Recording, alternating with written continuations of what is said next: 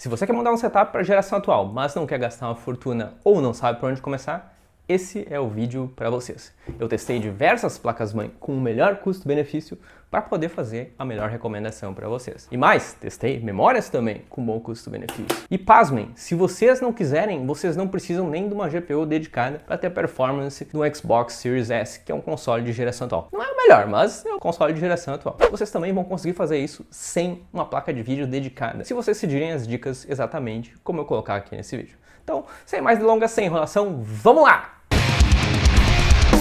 Para montar uma plataforma atual, então, a gente tem escolhas ou da Intel ou da AMD. Qual vocês acham que é? É claro que é a AMD, né? Porque a Intel já está no fim dessa geração e eles já decidiram que, né, a próxima geração, a 15ª, não vai ser mais LGA 1600. Então a gente tem a plataforma M5. A AMD até agora não desistiu da geração anterior, eles estão lançando processadores novos. A gente acha, não, agora acabou a geração M4, deu. Os caras vão lá e lançam um processador novo. Então eles estão desde LGA 1151, que é a geração 6000 da Intel. A Intel já está na geração 14009, 14900, 14900K. Quando tinha a sexta geração, eles tinham lançado a M4 e a M4 durou a geração 6, 7, 8, 9, 10, 11, 12, 13, 14 da Intel. Então toda hora aparece um processador novo. Enquanto isso, a Intel já lançou 4 plataformas diferentes, 4 tipos de placa-mãe. E agora a Intel já anunciou que acabou, não tem mais nada que vai sair nessa geração atual. Então a nossa escolha não poderia ser diferente da M5, porque a gente quer que vocês tenham processadores aí que durem por vários e vários anos, e a plataforma da Intel está chegando ao fim da sua vida. E mesmo se você escolher a plataforma nova deles, segurar, não vou escolher a plataforma nova da Intel, o que vai acontecer? Eles vão lançar 2, no máximo 3 gerações e vão trocar de plataforma, porque é isso que a Intel sempre faz. Agora que a gente já sabe a plataforma, a gente tem um problema. Como é que eu vou escolher uma placa-mãe que tem um custo-benefício bom se essas placas-mãe de nova geração estão todas muito caras? E aí a gente vai começar a fazer uma análise e chegar na conclusão do melhor custo-benefício. E para isso a gente vai ter que pegar uma placa-mãe que seja robusta para aguentar os processadores mais fortes no futuro e que tenha aí boas possibilidades de upgrade no futuro para você não ficar amarrado com uma placa-mãe ruim que no fim talvez tenha que trocar porque, né, decidiu pegar um processador bom, uma memória boa e a placa-mãe não vai suportar. Então a gente tem que focar nesses pontos para fazer a escolha ideal de placa-mãe, e eu tenho algumas soluções aqui para vocês. Já que eu testei diversas placas-mãe, eu vou trazer aqui as melhores experiências que eu tive com vocês. Então depois de vários testes, eu fiquei entre duas placas-mãe, uma da ASUS e outra da ASRock, e eu acabei preferindo aqui a placa-mãe da ASRock, justamente porque à primeira vista ela parece meio simples, mas ela tem um VRM bastante robusto. Tem bastante gente aí usando ela no overclock extremo e até conseguindo, né,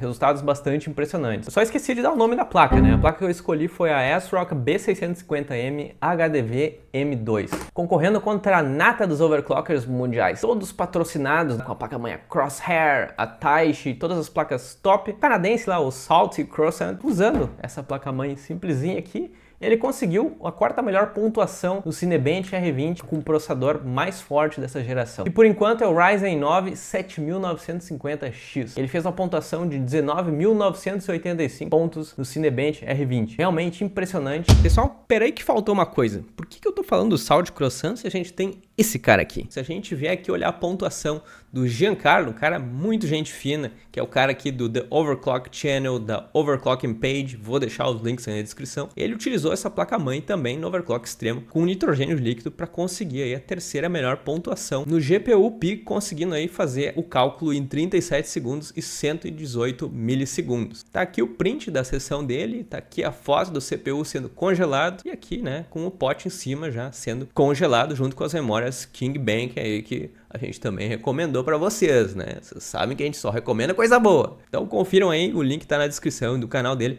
e vamos seguir com o vídeo. Nessa plaquinha aqui que vocês estão vendo, que custa menos de R$1.000. Eu acho que se ela é suficientemente boa para ele, também é para mim e para você, né? Vamos dar uma olhada aqui então nessa placa-mãe com mais detalhes. Deixa eu botar ela na bancada aqui para vocês verem. Além do VRM robusto, né, o módulo regulador de tensão que a gente tem disposto aqui e aqui, a gente tem outras coisas bem interessantes nessa placa-mãe, como por exemplo, o design de um dimmer channel. Todos os processadores da M5 possuem apenas 2 controladores de memória e, portanto, as placas com apenas 2 slots conseguem extrair o máximo de performance da memória por ter uma conexão direta com cada um desses controladores de memória. Não é preciso compartilhar um canal com outro slot, que é o que acontece quando a gente tem placas-mãe com 4 slots de memória, que as pessoas olham, nossa, é bom ter 4 slots de memória, mas na verdade, para atingir frequências altas e melhores timings de memória, você ter um canal para uma parte do um controlador de memória e um canal para o outro é o melhor, vai acabar tendo uma integridade maior no sinal, eles não vão ter que disputar a parte do controlador de memória. Então, isso permite que a gente atinja frequências mais altas na memória, timings melhores e frequências mais altas. Então, em termos de performance, isso é muito bom. Todos os recordes de frequência de memória são atingidos em placas-mãe que possuem esse mesmo tipo de design de um DPC. Vocês podem ir lá conferir, vão ver que os recordes de frequência de memória sempre são obtidos nesse estilo de design e não nas placas-mãe de 4 slots de memória. Então, nem sempre mais é melhor. Outra coisa legal que essa placa-mãe tem é o BIOS Flashback, né? Isso aqui deveria ser padrão em todas as placas-mãe, mas infelizmente não é.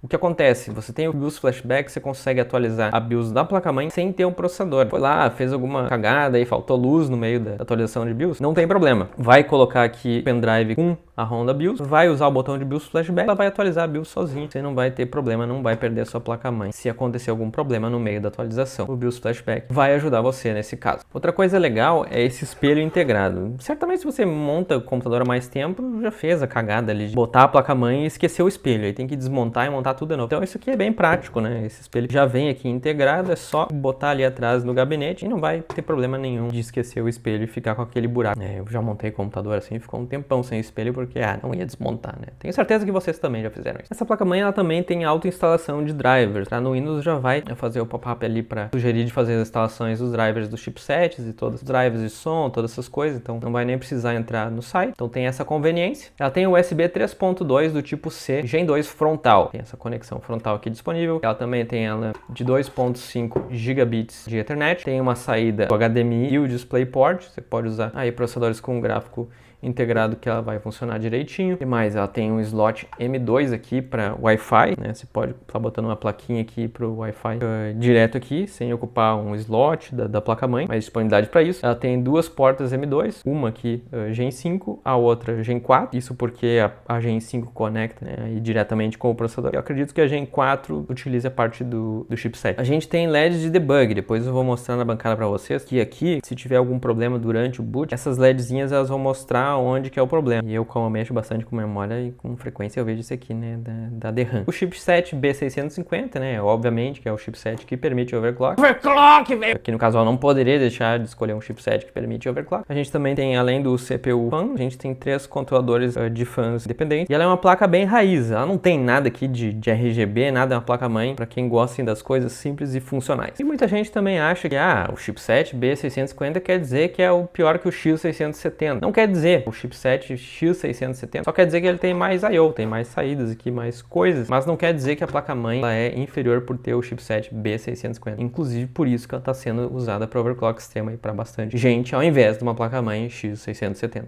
Nosso próximo componente é o processador. E aqui a gente tem que ter um pouco de atenção, porque tanto a série 8000 quanto a série 7000, eles são da arquitetura Zen 4. Mas a série 8000, ela foi inicialmente concebida para processadores de notebook. Então ela é uma série que é de uma APU, ela é considerada como prioridade os gráficos integrados, e por isso ela tem um pouco menos de cache. Caber tudo ali dentro daquele die, daquele processador, eles reduziram um pouco o tamanho do cache e botaram ali um gráfico integrado grande, né? Tudo dentro do mesmo die. É uma arquitetura, na verdade, Zen 4 também, mas ela é diferente, né, do Zen 4 7000, que foi concebido inicialmente para desktop. Então, existem 2 dies ali na arquitetura 7000, daqueles quadradinhos ali, e a série 8000 ela tem só um die monolítico, todo o CPU está ali dentro. Dentro da série 7000, que foi otimizada para rodar em desktops, a gente tem mais cache, o que ajuda em outras coisas, como jogos. Também por ser uma arquitetura ali que tem 2 dies, né, aquela parte ali que se chama o I/O die, onde não estão os cores e os caches, elas vão ter coisas como o PCI Express 5.0 e a série 8000 não tem. Então o que acontece? A AMD viu uma oportunidade ali nos notebooks de criar um produto que poderia consumir parte daqueles outros notebooks que consumiam gráficos integrados mais de entrada, como aquela série 1650, GTX 1650, aquela série MX da Nvidia, se eles criassem um gráfico integrado mais poderoso. Porque na época que os notebooks eram dominados pela Intel, o gráfico integrado da Intel ele era muito ruim, ele era uma porcaria em 3D. E a AMD tem soluções de gráficos melhores que a Intel. Então eles viram essa oportunidade ali de mercado de criar um chip com gráfico integrado melhor para poder comer essa parte do mercado que usava as placas de vídeo dedicadas mais simples, como a 1650 e a série MX da Nvidia, por exemplo. Então a AMD pegou esse produto, né, que foi desenhado pensando em notebooks e também acabou lançando ele em desktops com essas limitações aí por ter menos cache e um PCI Express 4.0 ao invés de 5.0. Então a gente tem que ter cuidado cuidado, porque a gente vai olhar lá, pá, Ryzen 8000 é melhor e ele tem um gráfico integrado super bom, mas, né, ele tem as suas limitações também. Então a gente tem que saber qual que é o caso ideal para vocês. E por isso eu escolhi dois processadores que a gente vai mostrar para vocês as diferenças de arquitetura na prática nos testes. E evite também entrar em ciladas. A gente tem processadores, por exemplo, como o 8500G, que tem um gráfico integrado muito fraco. Ele não vai suprir as suas necessidades gráficas em 3D. A gente também tem processadores com final F, que não possuem gráficos integrados. Então se você não tem uma placa de vídeo dedicada, você não vai conseguir dar vídeo num processador que tem o F no final. Então fique atento nas diferenças. Os processadores que a gente vai considerar aqui, que eu considero boas opções de compras,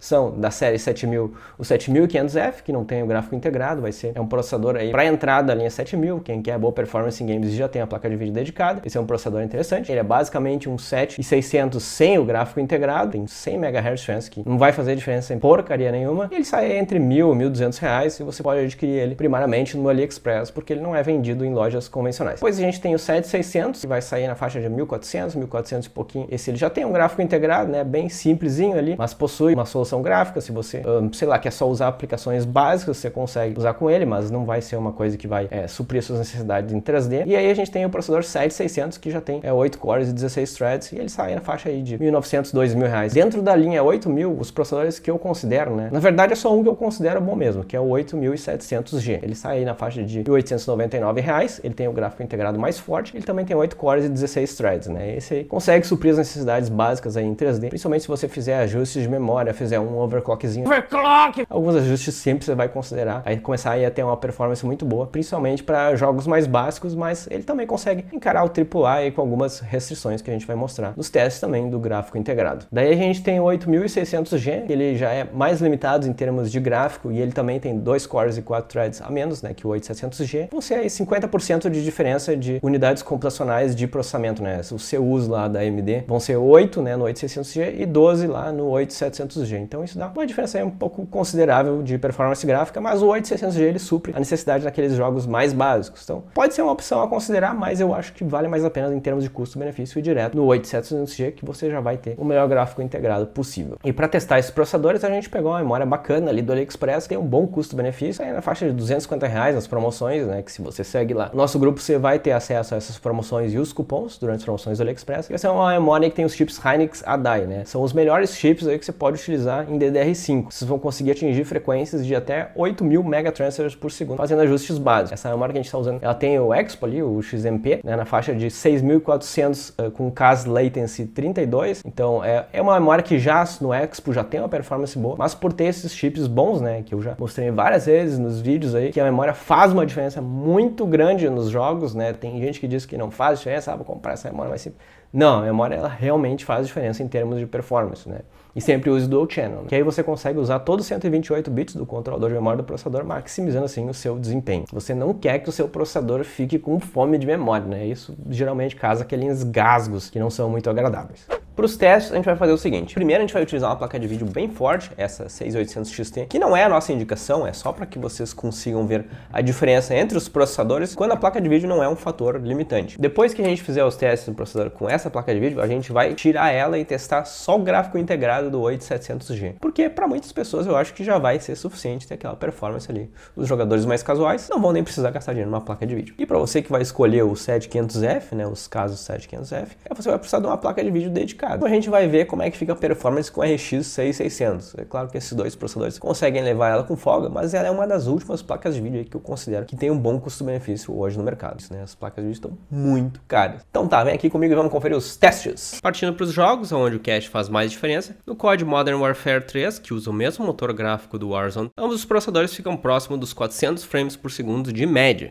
No 7500F fica um pouco à frente na média, mas tem uma diferença considerável no 1% low, que representam aquelas quedinhas. Nesse caso, o 8700G se sai um pouco melhor. Ainda nos jogos competitivos, no CS2 o 7500F bate novamente o 8700G, com os dois processadores ficando em torno de 500 FPS de média. O 8700G teve % low um pouquinho melhor, mas praticamente na margem de erro. Saindo dos jogos competitivos, na DLC do Cyberpunk 2077, testamos um cenário bastante exigente para o processador com diversos NPCs. Aqui, o 8700G fica um pouco à frente do 7500F, tanto na média quanto no 1% low. Outro jogo onde eu testei um cenário bastante exigente foi no Starfield, na cidade de New Atlantis. E aqui, como eu testei primeiro o 7500F, eu não esperava que o 8700G fosse empurrar tanto a mais a ponto de fazer a placa de vídeo atingir o seu máximo de utilização. Mas foi isso que aconteceu. Então eu acabei testando mais uma vez com a resolução menor e vi que ele ficou 22% à frente. Nada mal. E por último, testamos o benchmark do Hitman 3, aonde o 7500F voltou a ficar um pouquinho na frente, e dessa vez também no 1% low. Então, dá pra ver que em termos de performance CPU, os dois processadores mandaram muito bem. O 7500F levou uma pequena vantagem, ficando à frente em 3 de 5 jogos, mas o 8700G, mesmo tendo menos cache, se saiu muito bem, ficando à frente no teste de produtividade, o Cinebench R23. Agora vamos descobrir qual que é melhor para você, com base em estereótipos. 7500F. Você é um viciadinho no competitivo online? Então seus problemas acabaram. Basta colocar uma RX 6600 e pronto, você vai poder combar com seu squad celebrando o pecismo em toda a sua glória. Você é um velho de meia idade como eu que está mais preocupado em trabalhar do que em jogar? Então seus problemas acabaram. Com o 8700G você vai tomar a decisão mais economicamente sensata, porque além de levar uma plataforma que vai lhe aturar por uma década, você também vai levar um gráfico integrado que vai lhe permitir descobrir o que os jovens estão jogando hoje em dia. Você não precisa de altas taxas de quadro. Você tá velho mesmo? Você não vai matar ninguém. Mas ei, pelo menos você não gastou dinheiro numa placa de vídeo dedicada para descobrir isso, não é mesmo? Então, se você não faz questão de jogar tudo em uma boa resolução ou nem sabe se vai jogar mesmo, o 8700G é o processador ideal para você. E aí, se você decidir que você quer jogar com mais qualidade, é só comprar uma RX 6600, que é a placa que vai permitir que você jogue em tudo em Full HD sem gastar uma fortuna. Agora vamos dar uma olhada na performance do gráfico integrado do 8700G. Colocamos as configurações gráficas equivalentes à do Xbox Series S de acordo com a Digital Foundry e a IGN, e depois fizemos um overclock no gráfico integrado para 3250 MHz, junto com aquele ajustezinho ali na memória para 8000 megatransfers por segundo. E o resultado é bem surpreendente. Chega aqui comigo. No Alan Wake 2, a briga é boa, mas de modo geral, o 8700G fica um pouquinho à frente e consegue ficar acima dos 30 FPS em locais onde o Series S apresenta quedas. Esse trajeto é um dos mais pesados do jogo, testamos ele usando as configurações equivalentes do Series S com base nas análises da Digital Foundry. É uma reconstrução de imagem para 1440p com base interna de 720p. No Starfield, a vantagem é um pouco maior, mas eu não tenho como saber quando as quedas do console são de CPU ou de GPU. E diferente do Alan Wake 2, o Starfield usa bastante CPU nesse mapa. Entretanto, o nosso gráfico integrado não cai em momento algum de 30 FPS, mas temos alguns momentos que a taxa de quadros fica mais próxima disso. E nesses mesmos casos, ocorrem quedas abaixo de 30 FPS no console. No Plague Tale Requiem, vemos a maior vantagem em relação ao console até aqui. De acordo com a Digital Foundry, a reconstrução do console é de 900p para Full HD aqui. Então, eu estou usando a melhor opção de reconstrução, além das configurações gráficas equivalentes. Mas e aí, o que vocês acharam da performance do gráfico integrado? Algumas pessoas vão achar decente, mas outras a gente tem uma solução. Pessoal, eu tô há mais de um mês trabalhando nesse vídeo. Eu queria pedir ajuda de vocês para sentarem o dedo aí no like, para ajudar com o engajamento, aí escreve um comentário para hackear esse algoritmo e assistir o vídeo aqui, né, que vai ser a continuação. Eu vou demorar um pouquinho, mais uma semana assim para editar, mas em seguida ele vai estar pronto e no meio tempo eu vou deixar o vídeo aqui sobre memória do Old Channel, porque agora voltou a circular informação errada sobre isso. Fiz um vídeo bem bacana aqui, explicativo. Então deem essa força aí para mim se vocês puderem, porque não tá fácil, cara. Esse troço de YouTube, eu digo, ele dá mais trabalho que vocês imaginam.